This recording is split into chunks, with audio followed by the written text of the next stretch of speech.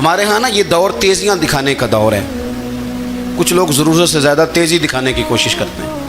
ان بیچاروں کا کبھی کبھی اتنا سخت نقصان ہوتا ہے کہ ان کو ان سے بھی کئی گنا تیز بندہ مل جاتا ہے. وہ کسی ایسی جگہ جا کے بیچارے الجھ جاتے ہیں جہاں سے واپسی کا راستہ نظر نہیں آتا. میں نے دیکھا ہے بہت سارے لوگ ایسے ہیں جن کے ساتھ لوگ آنا جانا ملنا بیٹھنا آہستہ آہستہ چھوڑ دیتے ہیں. اور وہ کس لیے چھوڑ دیتے ہیں؟ وہ ان کے رویے کی وجہ سے چھوڑ دیتے ہیں, ان کے انداز فکر کی وجہ سے چھوڑ دیتے ہیں, ان کے شکووں کی وجہ سے چھوڑ دیتے ہیں. مزاج ہوتا ہے نا ہمارا کہ ہمیں شوق ہوتا ہے تعلق زیادہ لوگوں کے ساتھ ہو, اور پھر یہ بھی شرط ہوتی ہے کہ میں جس کے پاس جاؤں وہ مجھے یہی کہے کہ تو میرے ساتھ ہی پیار کر. دیکھیں, انسان نے انسان رہنا ہے, اس نے نہ فرشتہ بننا ہے معاذ اللہ, نہ اس نے خدا بننا ہے, اس نے انسان رہنا ہے. لیکن وہ کچھ بھی نہیں کسی کا سنوار سکتا. صرف اتنا ہے کہ اگر آنے والے کی وہ صرف اشک شوئی کر دے, بات توجہ سے سن لے, اور جاتے وقت 2 جملے تسلی کے بول دے, اور اس کے جو بول ہوں وہ ذرا میٹھے ہوں. میٹھے کک سواد نہیں مشری اندر, اساں کھنڈاں وی چک ڈٹھیاں, پڑے نہ ساریاں شیواں نالوں گلاں سجن دیاں میٹھیاں. اگر انداز تھوڑا سا شستہ ہو, انداز تھوڑا سا ٹھیک ہو, لب و لہجہ تھوڑا سا ٹھیک ہو. اب ہمارے جو جدید اسکالر آئے ہیں وہ کہتے ہیں باڈی لینگویج. باڈی لینگویج کیا ہے؟ نہیں, آپ نے کچھ بھی نہیں کہا, لیکن کسی بندے کی طرف دیکھ کے نا آپ تنزن ہنسے ہیں, صرف تکلیف ہوتی ہے کہ نہیں؟ تو آپ نے بات تو کی کوئی نہیں. اس کا مطلب ہے لفظوں کا نہیں, لہجوں کا بھی اثر ہوتا ہے. لہجوں کا بھی اثر ہوتا ہے. جو لہجے ہوتے ہیں یہ بڑے دیرپا ہوتے ہیں, ان کے اندر بڑی مسکراہٹ ہوتی ہے, ان کے اندر بڑا پیار ہوتا ہے. اور آپ ترش روح ہو کے جب کوئی کام کرتے ہیں, سخت ہو کے کوئی کام کرتے ہیں, تو پھر اس کے اندر حسن نہیں رہتا, خوبصورتی نہیں رہتی. عارف رومی رحمۃ اللہ علیہ فرماتے ہیں کہ وہ مثال دینے کے لیے بات سمجھاتے ہیں. فرماتے ہیں ایک شخص جنگل میں لکڑیاں کاٹنے جایا کرتا تھا تو شیر سے دوستی ہو گئی, یعنی ڈائریکٹ بادشاہ سے دوستی ہو گئی. اور بادشاہ بھی وہ جو جنگل کا بادشاہ ہے, جنگل کے بادشاہ سے دوستی ہو گئی. اب وہ لکڑہارا غریب آدمی تھا, لکڑیاں تو کاٹنی ہوتی تھیں. تو وہ جنگل کا بادشاہ اعلان کر دیتا جانوروں کو کہ میرا دوست آیا, ایک تو کوئی تنگ نہ کرے, اور دوسرا یہ کہ سب لوگ مل کے اس کے ساتھ تعاون کریں. کبھی کوئی جانور لکڑیاں اکٹھی کراتا, کبھی کوئی اپنی پشت پہ گدھا بیل گھوڑا خچر رکھ کے وہ لکڑیاں باہر چھوڑنے آتا. تو اب اس کی بڑی دھوم مچ گئی جنگل کے اندر. لکڑہارا مزدور تھا, وہ بادشاہ سے دوستی کر کے بادشاہ ہی بن گیا. وہ گھر آ کے نا بیوی کو اکثر بتاتا کہ میرا ایک دوست ہے, میں جاتا ہوں تو ساری پہلے ہی مخلوق کھڑی ہوتی ہے میرے استقبال کے لیے. دوستی جو بڑے سے ہو گئی ہے. بنا ہے شاہ کا مصاحب تو پھر ہے اتراتا, وگرنہ شہر میں غالب کی آبرو کیا ہے. ہم نے تو پوچھتا ہی کوئی نہیں, یہ تو بنا ہے شاہ کا مصاحب تو پھر ہے اتراتا, وگرنہ شہر میں غالب کی آبرو کیا ہے. تو وہ لوگوں کو بتاتا, بیوی کو بھی بتاتا دوست ہے. تو بیوی کہنے لگی اتنی تو تعریفیں کرتا, یہ نہیں بتایا کہ وہ جنگل کا شیر ہے, بس میرا دوست بتا دیا. بیوی کہنے لگ گئی کہ تو اتنا جو اس کا ذکر کرتا ہے تو کسی دن بلا نا, بلا کسی دن تاکہ اس کی دعوت کریں. اب اس نے پھر نہ اس کو پردے میں رکھا. کیا کہتے ہیں آج کل, سرپرائز دینا ہے, مگر سرپرائز دینا ہے جی, پردے میں رکھا کہ وہ شیر ہے. تو وہ بلا لیا گھر. اب اس کے لیے کچا گوشت, ظاہر ہے شیر نے کچا گوشت کھانا تھا. وہ کہنے لگی پکانا کس طرح کا ہے؟ وہ کہنے لگا جب وہ آئے گا پھر بتاؤں گا. اب وہ کچا گوشت 2-3 بکرے ذبح کر کے ڈال دیے. وہ آ گیا شیر.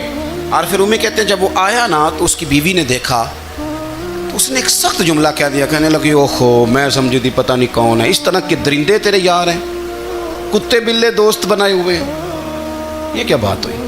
خیر وہ شیر نے سن لیا, گوشت کھایا, وہ چلا گیا. اگلے دن لکڑہارا لکڑیاں کاٹنے گیا تو شیر نے ملاقات کرتے ہی لکڑہارے سے کہا کہ یہ نا کلاڑی اٹھا اور میری پشت پہ نا ایک زخم کر دے. اس نے کہا نہیں میں یہ کام نہیں کرتا, تو میرا دوست ہے. اس نے کہا سن بھائی, میں نے پیار سے کہا ہے تو مان جا, ورنہ میں ہوں شیر, میں نے تجھ سے منوا ہی لینا ہے, میں کوئی تکلیف دوں گا مناسب نہیں, تو کر. اس نے کلاڑی اٹھائی اور اس کی پشت پہ ایک زور سے زخم لگا دیا, خون بہنے لگا. اس نے کہا تو نے آج کے بعد آنا ہے, لکڑیاں کاٹنی ہے, تجھے کوئی کچھ نہیں کہے گا, بس یہ ایک حکمت تھی جو میں نے کیا ہے. قصہ مختصر. وہ آتا رہا، لکڑیاں ملتی رہیں، خدمت بھی ہوتی رہی، 6-8 ماہ گزر گئے۔ ایک دن شیر اس سے کہنے لگا یہ میرے ذرا بال اٹھا کے دیکھ، وہ جو تو نے زخم لگایا تھا وہ کہاں پہ ہے؟ اس نے وہ بال اٹھا کے دیکھا تو زخم ملا ہی نہیں، کئی جگہ پہ ٹٹولا کا یار یہاں تھا یہاں تھا یہاں تھا۔ شیر نے پھر کیا کمال ہی جملہ کہا، اس نے کہا کہ وہ جو کلاڑی کا زخم تو نے لگایا تھا نا وہ مکمل ہو گیا، لیکن تیری بیوی کا جو لہجہ تھا اور اس کی جو تلخی تھی وہ آج تک میرے ذہن میں موجود ہے، وہ ابھی بھی مجھے تکلیف دیتی ہے۔ تو بات سوچتا ہوں مجھے اس نے درندہ کہا، اس نے میرے بارے میں اتنے کچے اور کمزور اور سخت جملے کہے، تو وہ بات مجھے بھولتی، وہ آج بھی میرے ذہن میں اسی طرح گونجتی ہے۔ تلخ جملے جو اس نے کہے اور خوفناک جو انداز اس نے اختیار کیا، وہ بات مجھے کبھی بھی بھولتی۔ تو آپ کے لفظ لوگوں کو بھول جاتے ہیں پر لہجہ یاد رہتا ہے اگر ہم اپنے لہجے پر تھوڑی توجہ ہی کر لیں۔ کچھ لوگ کہتے ہیں جی میرا جی روٹین ہی یہ ہے بات کرنے کی، تو یہ یاد رکھنا کسی وقت ایسا بھی ہوتا ہے کہ شیر کو سوا شیر مل جاتا ہے، پھر ایسا نہ ہو کہ آپ کی تلخی کی جواب میں کوئی اس طرح کی تلخی ہو کہ پھر آپ اس کو کبھی بھلا نہ سکیں۔ حضرت ہانی رضی اللہ تعالیٰ عنہ اپنی قوم کے ایک وفد کے ساتھ نبی پاک صلی اللہ علیہ وسلم کی بارگاہ میں حاضر ہوئے۔ نبی پاک علیہ السلام نے ان کی ساری باتیں سنی، تو ان میں سے ایک شخص نے عرض کی یا رسول اللہ صلی اللہ علیہ وسلم میں نا زیادہ باتیں نہیں یاد رکھ سکتا، حضور میں شاید کمزور حافظے والا ہوں، زیادہ باتیں نہیں میں یاد رکھ سکتا، حضور مجھے کوئی ایک ایسی بات آپ ارشاد فرما دیں کہ میں عمل کروں تو پھر جنت میرا مقدر بن جائے۔ میں چاہتا ہوں کہ مجھے کچھ ایسا مل جائے کہ میں اسی پر عمل، وہ کہا تھا نا درویش نے کہ علم و باس کری ہو یار کیونکہ ایک کوئی حرف تینوں درکار، تو مجھے کوئی ایسی چیز مل جائے کہ وہ پھر جنت میرا مقدر بنے۔ تو حضور نے فرمایا 3 کام کرنا، ایک تو گفتگو جب بھی کرنا اچھی کرنا، تمہارا لب و لہجہ تمہاری گفتگو میں کبھی کوئی کمزوری نہ آئے، گفتگو اچھی کرنا، اچھی گفتگو، اور دوسرا حضور نے فرمایا سلام کو عام کرنا، اور تیسرا فرمایا لوگوں کو کھانا کھلانے میں رغبت پیدا کرنا۔ یہ کام کر پھر اللہ تبارک و تعالیٰ تیرے مقدر میں جنت کو شامل فرما دے گا۔ تو میرے عزیز آپ اس بات کو سمجھیں کہ ہمارے اخلاقی رویے، ہمارا کردار، ہمارا لب و لہجہ، ہم نا ڈنڈے کے زور پر حکومت قائم کرنا چاہتے ہیں۔ آپ کو پتہ ہے بہت سارے ملکوں میں دین گیا اور پھر اللہ تعالیٰ معاف کرے بعض جگہ پہ دینی اقدار کو، دینی لوگوں کو زوال بھی آیا۔ بر صغیر پاک و ہند میں دین آیا لیکن اللہ کے فضل سے زوال نہیں آیا اور کبھی آئے گا بھی نہیں، کبھی آئے گا بھی نہیں۔ وہ جو ہم پہ بڑا اعتراض کرتے ہیں نا ہمارے معاملات پہ اور بڑے بڑے فتوے دیتے ہیں، یہ بات وہ بھی کہتے ہیں کہ ان کے دلوں میں عشق رسول کی شمع بہت زیادہ فیروزہ ہیں، یہ بیگانے بھی مانتے ہیں۔ کیوں بھلا؟ اس کی وجہ سمجھیں، ہمیں جو دین پڑھایا ہے وہ صوفیاء نے پڑھایا ہے، اور صوفی جو دین پڑھاتا ہے نا اس کا لب و لہجہ میٹھا بڑا ہوتا ہے، اس کے لب و لہجے میں اخلاص بڑا ہوتا ہے، اس کے لب و لہجے میں للہیت بڑی ہوتی ہے، تلخی نہیں ہوتی۔ تو وہ دین پڑھاتے نہیں، وہ گھول کے پلا ہی دیتے ہیں۔ انہوں نے نا لوگوں سے پیار ڈالا، لوگوں کی ان کے ساتھ محبت ہو گئی، پیار ہو گیا، پھر انہوں نے میٹھے انداز میں لوگوں کو دین سمجھایا، ان کو اچھے طریقے سے اچھے لب و لہجے میں دین کی اور خیر کی باتیں ان تک پہنچائیں۔ اس کا فائدہ یہ ہوا میرے عزیز کہ لوگوں کی روحوں تک دین اتر گیا ہے۔ ہمارے وہ بچے جن کی عمریں ابھی بالکل چھوٹی ہوتی ہیں، 4 سال 5 سال کی، وہ بھی رسول پاک کا نام لیتے ہیں تو بڑے وجد کے عالم میں لیتے ہیں۔ کیوں؟ اس لیے کہ ہمارے بزرگوں نے ہمیں اچھے طریقے سے، اس لیے نبی پاک صلی اللہ تعالیٰ علیہ وسلم نے فرمایا کہ حسن اخلاق والا آدمی اپنے اخلاق کی بنیاد پر نفلی روزہ رکھنے والوں اور رات کو قیام کرنے والوں سے زیادہ فضیلت حاصل کر لیتا ہے، اس لیے کہ اس کا اخلاق، اس کا لب و لہجہ، اس کا انداز، اس کی گفتگو، وہ جو گفتگو اس کی ہوتی ہے وہ اتنی میٹھی ہوتی ہے کہ لوگوں کے دل نہیں ٹوٹتے، بلکہ بعض اوقات اس کی گفتگو کی وجہ سے جو غم زدہ آدمی ہوتا ہے اسے سکون مل جاتا ہے۔ تو اگر آپ بات کریں اور اس میں تھوڑی سی مٹھاس پیدا کر لیں، آپ تھوڑی سی بات میں نا مٹھاس، میرے ایک کلاس فیلو ہیں تو وہ تقریر کر رہے تھے اور میں سن رہا تھا، تو مجھے بعد میں کہنے لگے آپ تبصرہ کریں میں نے کیسی تقریر کی ہے۔ یہ ہوتا ہے نا جی، بعض اوقات دوست بیٹھتے ہیں بے تکلف تو کئی دفعہ کچھ باتیں ایسی ایک دوسرے کے ساتھ کرتے ہیں، تو مجھے کہنے لگے آپ بتائیں کہ میں بات کر رہا تھا تو کیسی تھی؟ تو میں نے کہا جب آپ بات کر رہے تھے تو میں ڈر رہا تھا، مجھے لگ رہا تھا کہیں آپ لڑ نہ پڑیں۔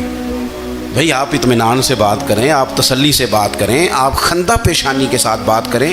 میرے نبی پاک صلی اللہ تعالیٰ علیہ وسلم نے فرمایا، مسلم شریف کی حدیث ہے، حضور فرماتے ہیں نیکی کو کبھی چھوٹا نہیں سمجھنا،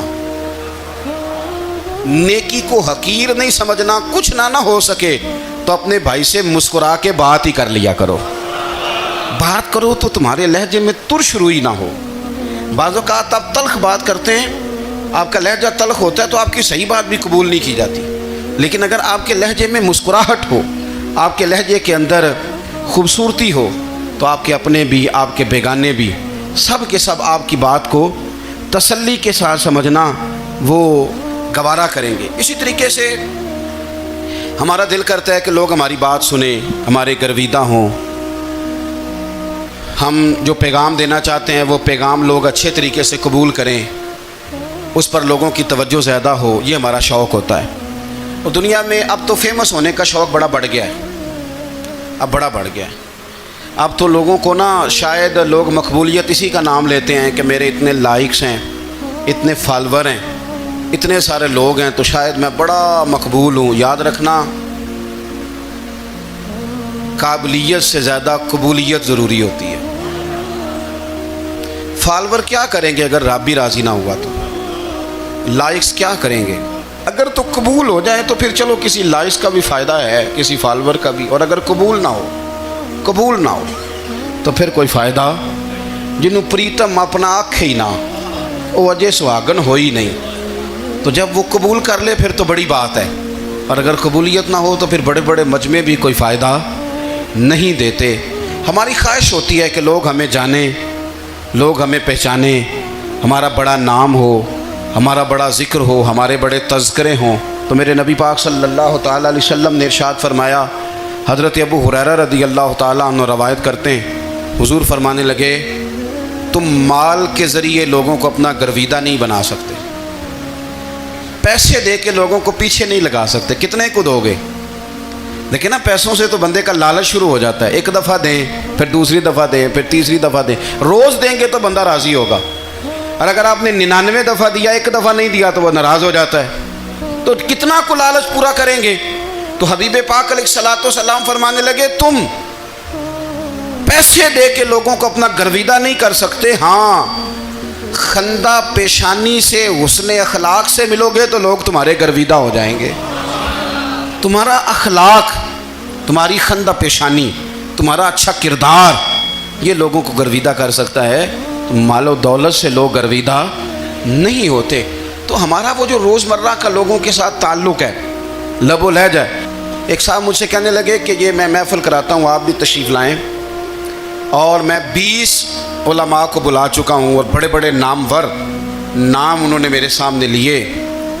میں نے ان سے پوچھا کہ جو نام آپ نے لیے ہیں اور آپ کی تصویریں بھی ساتھ ہیں، میں الحمدللہ تسلیم کر گیا ہوں آپ کی بات کو، لیکن سوال میرا یہ تھا کہ کیا آپ نماز بھی پڑھتے ہیں؟ 21 علماء کو آپ نے بلایا یا 20 کو بلایا اور بڑے بڑوں کو بلایا، اور مجھے بھی آپ دعوت پیش کر رہے ہیں، تو نمازی بھی آپ ہیں، نمازی بھی ہیں؟ کہنے لگے یہ آپ دعا کریں میں نماز پڑھنا شروع کر دوں۔ میں نے ان سے کہا خدا کے بندے، اب اگر تو کسی اور کو بتائے گا کہ 20 اتنے بڑے لوگوں سے میرا تعلق کر پڑتا میں نماز بھی نہیں، تو لوگ کیا سوچیں گے کہ 21 مولوی مل کے بھی ایک بندے کو نمازی نہیں بنا سکے۔ تو آپ اپنے لب و لہجے سے صرف باتوں سے گرویدہ کسی کو کر لیں گے؟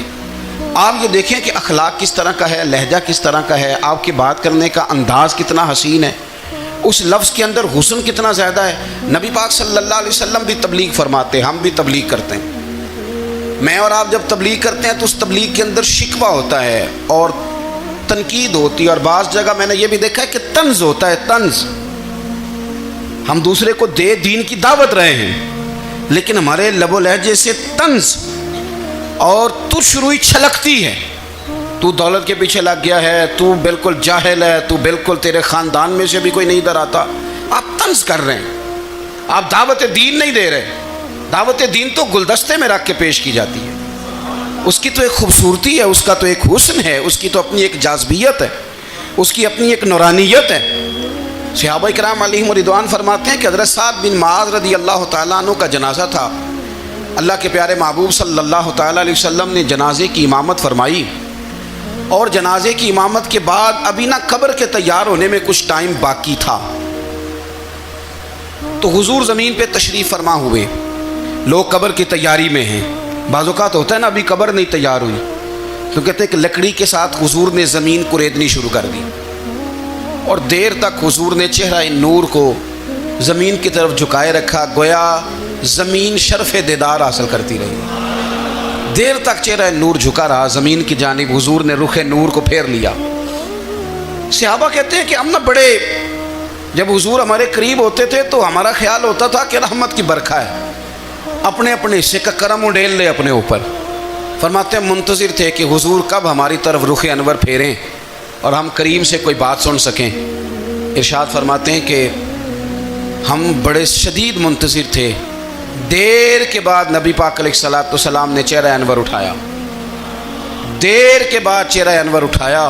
یہ دیکھیں تبلیغ ہو رہی ہے، اور جب حضور نے چہرہ انور اٹھایا تو آنکھوں میں آنسو تھے، رو رہے تھے، اور 3 دفعہ حضور نے فرمایا، چونکہ قبر تیار ہو رہی تھی، 3 دفعہ نبی کریم نے فرمایا لوگو قبر آخرت کی منزلوں میں سے پہلی منزل ہے، اس کی تیاری کر لو، اس کی تیاری کر لو، اس کی تیاری کر لو۔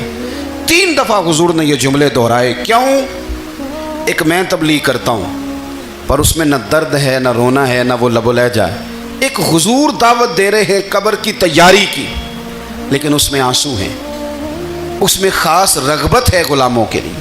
تو اپنی زندگی کے اندر جو ہمارا انداز تکلم ہے، ہمارا انداز گفتگو ہے، میں کہا کرتا ہوں کہ ہم نا دین کے لیے جب کلام کر رہے ہوتے ہیں تو شدت ہوتی ہے ہمارے جملوں کے اندر، بعض مقامات شدت کے ہوتے ہیں۔ آپ جہاد کی بات کر رہے ہیں، ناموس رسالت کی بات کر رہے ہیں، تو کسی جگہ آپ کے لب و لہجے کے اندر شدت کا ہو جانا برا نہیں ہے، بلکہ وہ اچھا ہے۔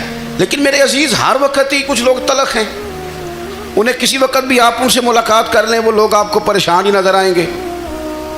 حضرت سیدنا عبداللہ ابن عمر رضی اللہ تعالیٰ عنہ روایت کرتے ہیں کہ نبی پاک صلی اللہ تعالیٰ علیہ وآلہ وسلم نے ارشاد فرمایا کہ جنت میں ایسے بھی کمرے ہوں گے، جنت میں کچھ ایسے کمرے، کچھ ایسے مکانات بھی ہوں گے کہ باہر کھڑے ہوں گے تو اندر نظر آئے گا، اور اندر کھڑے ہوں گے تو باہر نظر آئے گا۔ یعنی ایک تو تم آئینے لگاتے ہو نا، وہ دیواریں اتنی شفاف ہوں گی کہ اندر باہر سے ان کا حسن دکھائی دے گا۔ حضرت سیدنا مالک اشعری رضی اللہ تعالیٰ عنہ بیٹھے تھے، کہتے ہیں میں نے فوراً عرض کی حضور وہ ملیں گے کس کو؟ وہ جو اتنے حسین گھر ہوں گے کہ دیواریں ہی شیشے کی محسوس ہوں گی، اندر باہر سے حسن کے جلوے دکھائی دیں گے، حضور وہ ملیں گے کسے؟ تو اللہ کے پیارے محبوب علیہ السلام نے فرمایا وہ اس کو ملیں گے جو گفتگو اچھی کرے گا، جو گفتگو اچھی کرے گا، لب و لہجہ اخلاق والا ہوگا، گفتگو اچھی کرے گا، لوگوں کو کھانا کھلائے گا، اور جب لوگ سو رہے ہوں گے تو وہ اٹھ کے اپنے رب کی عبادت کرے گا۔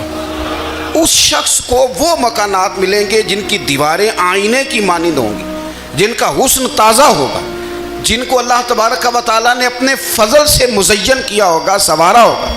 ہم اگر تھوڑی سی توجہ کریں نا، کئی دفعہ وقت گزر جاتا ہے، لہجہ نہیں بھولتا، لہجہ یاد رہتا ہے۔ آپ تو 2 منٹ کے لیے غصے میں تھے نا، تو آپ نے کوئی بات کر دی کسی غریب کو، کسی شخص کو،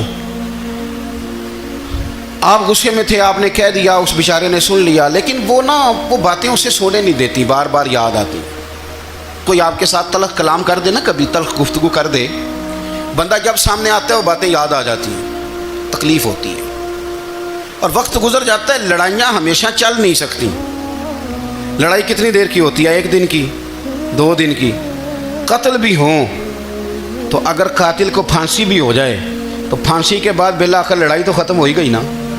لڑائی ہمیشہ چلتی، تلخی ہمیشہ چل سکتی نہیں۔ تلخی روٹین میں چلنے والا سکہ، کوئی سکے روٹین میں چلتے وقتی ہوتے، یہ جو غصے کا لب و لہجہ ہے، تلخی کا سکہ، یہ بھائی روٹین میں نہیں چلتا، اس نے ایک نہ ایک دن ختم ہو جانا ہے۔ روٹین میں پیار ہی چلتا ہے۔ حضرت جابر ابن عبداللہ کہتے ہیں حضور پہلے دن مدینہ منورہ آئے، میں زیارت کے لیے گیا تو میں نے مسکراتے دیکھا، 10 سال میں دیدار کرتا رہا، اور وصال سے چند دن پہلے بھی میں نے زیارت کی تو مدینے والے محبوب کو مسکراتے ہوئے ہی دیکھا ہے۔ یہ جو آپ کا لب و لہجہ ہے نا، اخلاق والا، حسن والا، مسکرانے والا، یہ لب و لہجہ نا ذرا لمبا